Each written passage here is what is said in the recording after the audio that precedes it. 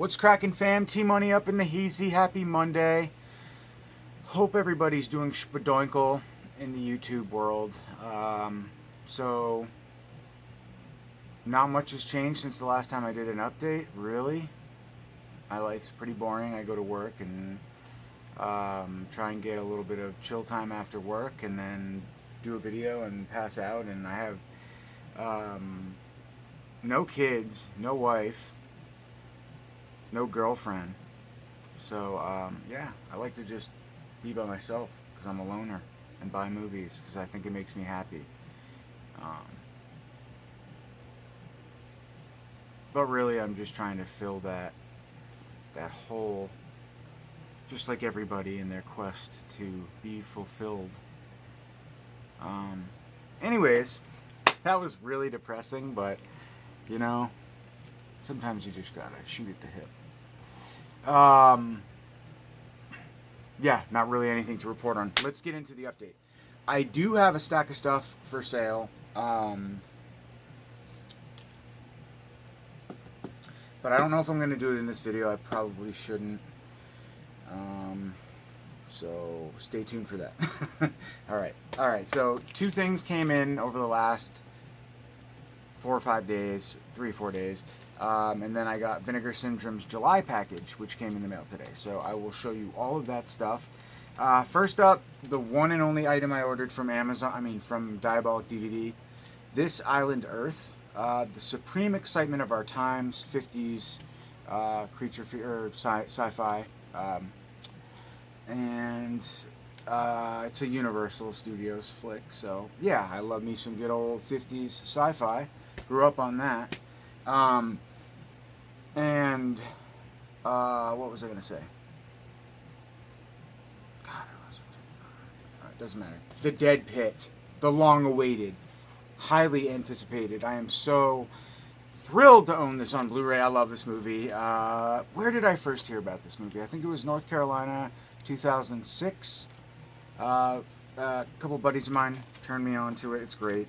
If you guys haven't seen it, check it out. It's really dark movie that takes place in on this asylum, and it's a zombie flick, basically, more or less. 1989, is it?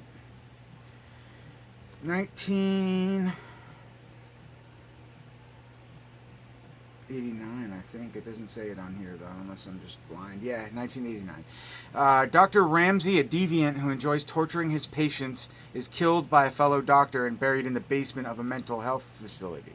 20 years later, the hospital is up and running again, and a Jane Doe arrives at the institute with amnesia. Upon her arrival, a major earthquake rocks the building and unearths the now undead Dr. Ramsey and his legion of zombie patients so he can continue his work. Says it all. And the glowing eyes that the zombies have in this are awesome. It's just fun. Zombie mayhem taking place on a mental asylum. Or in a mental institution.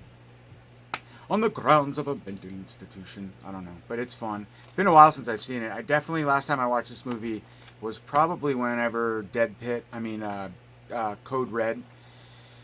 You get confused now. Oh, well, it's Dark Force and Code Red, but when Code Red put the DVD out, so that was probably early 2000s for sure. 2005 maybe, somewhere around there. I don't know. Maybe a little later.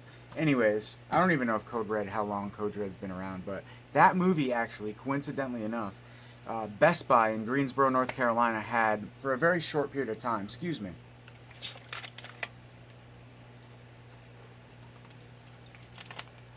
Cottonmouth Kings make a pipe out of foil. Best Buy. Code Red. Bill got his stuff into Best Buy for a very, very, very short period of time. I think it was like The Dead Pit. There's like a 2-disc special edition for the Exorcist ripoff movie. Drawing a blank on the name now. And the Beyond the Door, and then I think maybe one other one. But he didn't have very many titles in there, but he got a few in. And I actually bought him. Coincidentally, I didn't even know Code Red was of the company back then, but I bought that release. I want to say it was a 2-disc set, and I should probably still own it. I might have sold it. I went through little periods in the mid 2000s where the early 2000s, you know what I mean, 2005, where I would sell off my stuff because I wasn't quite sure if I wanted it, needed other things more important, that sort of thing. But yeah, so I don't know if I saw that. All right, rambling, going off track. Vinegar Syndrome July 2019. Let's go.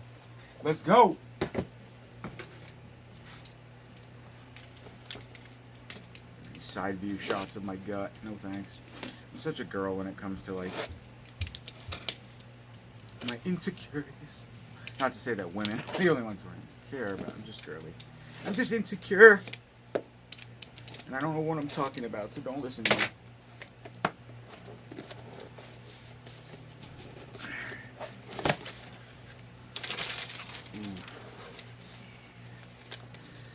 Five flicks for the month of...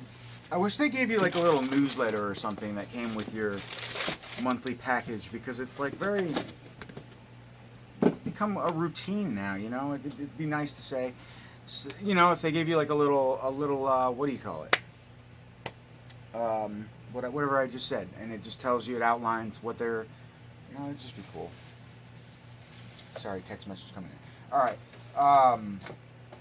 In the beautiful month of Vinegar Syndrome's July experience, we have 4 different films for you. I said 5, but it's 4, something like that, and it outlines each one and talks about it briefly. But it doesn't, and that's okay. They make up for it in their beautiful releases. Look at that.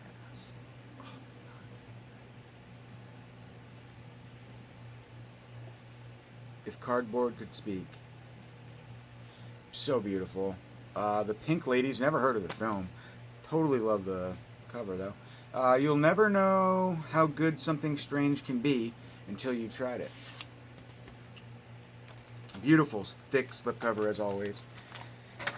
Alright, so I wasn't honestly that familiar with this month at all. I didn't, of the 4 films, I don't think I've heard of any of them, to be perfectly honest with you, prior to reading briefly about them for this release. But a lot of this exploitation stuff, I don't know. So, reversible cover artwork, make sure it doesn't have any titties. It doesn't, but it's got another little back piece for you.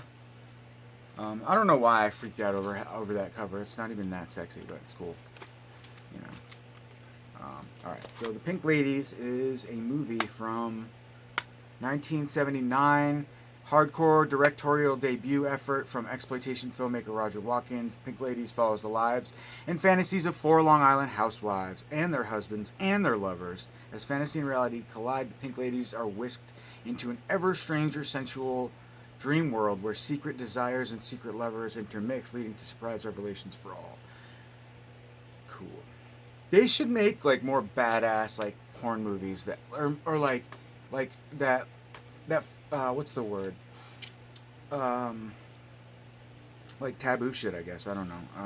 But just like that focus on different fetishes, like, I don't know, vampire porno and like, or something, you know what I mean? I just think they should do more stuff like that. Anyways, again, getting off track. So that's The Pink Ladies, Sexploitation, and then we got another one, The Experience, Mascara, The Climax, The Expectation, another beautiful slipcover. It's kind of weird that they're doing like really, really nice slipcovers for their like sexploitation stuff now. Because it's like, I don't know. I just don't know what I am anymore. It's like, am I a horror movie collector or am I a sexploitation collector? Why am I buying both? What compels me, whatever the word is, to buy everything when I'm not even like, I like horror primarily. Sometimes I feel like I just gotta screw my head back on straight. But they're just such a nice company, and it's so collectible. And don't get me wrong, I mean, it's not like sexploitation is bad. I don't need to collect it, per se. Anyways, the Mascara, I know I'm getting off track a lot in this video, sorry. 1983. Another sexploitation film, looks like seductresses and people having sex and arguing, and I don't know. I'm not going to read the synopsis on that one, sorry. But it could be really good, so I could be missing out. Sorry, guys. Not in the mood. All right, now let's get to the good stuff. All right, so we've got 2 horror movies, neither of which I've seen, but they're both really, really cool looking.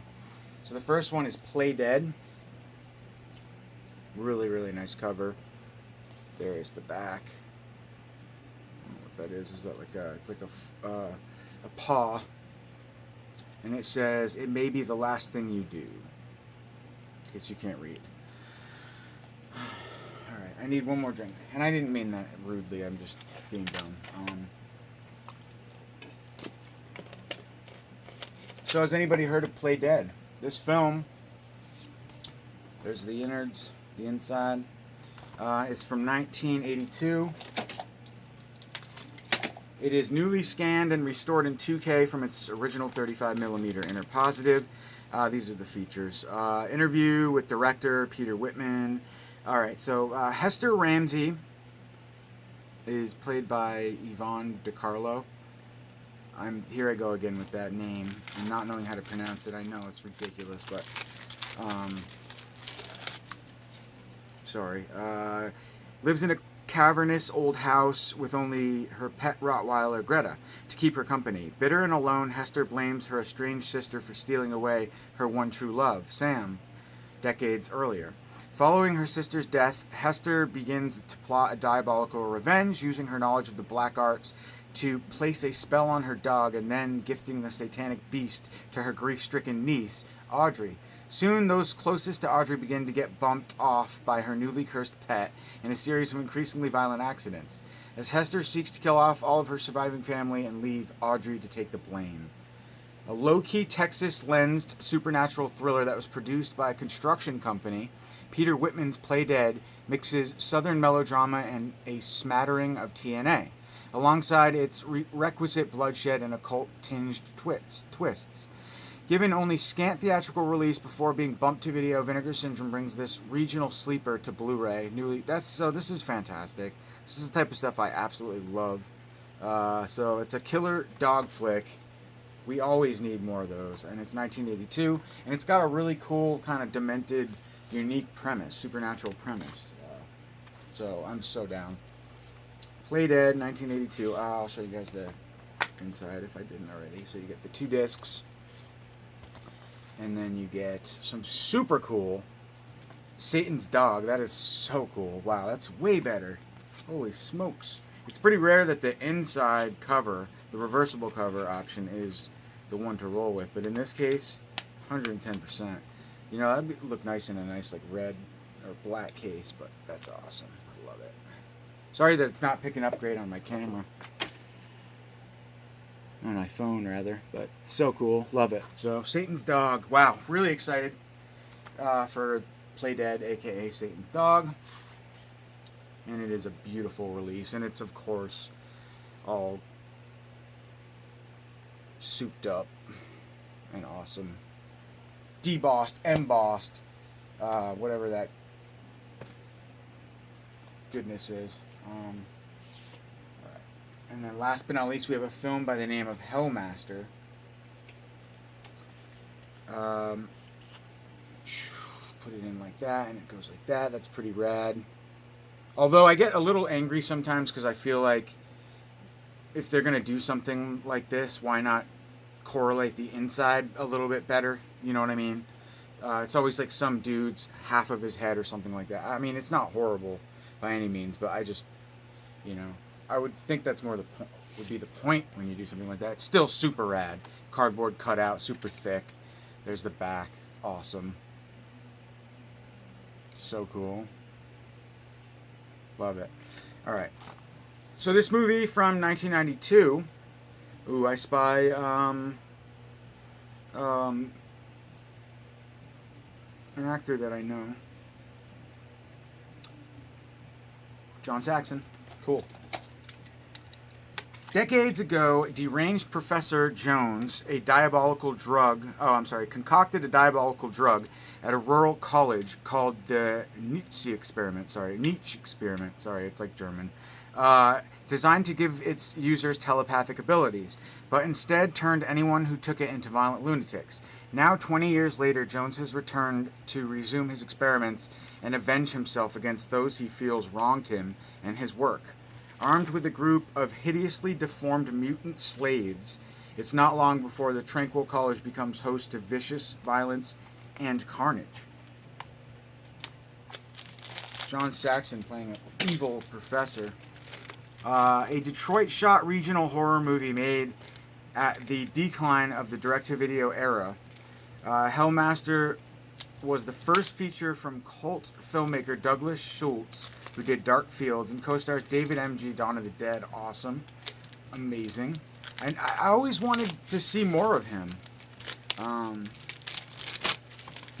I love the Dawn of the Dead cast. You get some more Ken Foray, but not as much the other guys. But anyways, let's see. Combining gothic horror and creature-filled narrative trappings with intensely colorful Argento inspired visuals. Inspired. I don't know what I just said. Courtesy of acclaimed cinematographer Michael Goy, who did American Horror Story. Hellmaster was originally titled Them, but was subsequently re-edited with new footage and also added and released straight to video and cable several years after its initial I'm reading things weird tonight, completion. Vinegar Syndrome presents this fascinating slice of creature horror in its original theatrical Them version for the first time on home video, along with its more commonly seen Hellmaster recut, newly restored in 4K from its original. Again, this is awesome. I'm so psyched. I'm thirsty too, man. Now I'm out of bevies. All right. Sounds awesome. Special features. 4K scan, original theatrical version as Them, director's recut as Hellmaster. You get a director commentary for both versions. You get Creating Reality, an interview with cinematographer Michael Goy, conceptual artwork gallery, behind-the-scenes stills gallery, archival locations featurette, reversible cover artwork, and English subtitles. Directed by Douglas Schultz. But there's nothing really from the director, maybe in the commentary. They could have done a little better on the features, I would hope. But I can understand. I would have wished for. I can understand. I don't know what to think of that. It's alright, but not bad. Gruesome. I kind of like this, though. I think this will probably go better, too, with the intended cover. But yeah, it doesn't surprise me that John Saxon doesn't want to participate in this. But I'm so psyched. I mean, this is the goodness. These two, I'm glad that these two are awesome, because this month I was a little concerned, like last month, that the films just weren't that appealing. But on second, observation or whatever, they look awesome. So super cool. All right, guys, that's it. I've been gabbing long enough. Have a great night. Stay tuned for more. I gargled more videos this week, probably end of the week, midweek. I have a really cool package coming from Diabolic. Stay tuned for that. I know I don't look at the camera very much. Sometimes I just get in this weird mood, but I love you guys. Talk to you later. Peace. See you soon.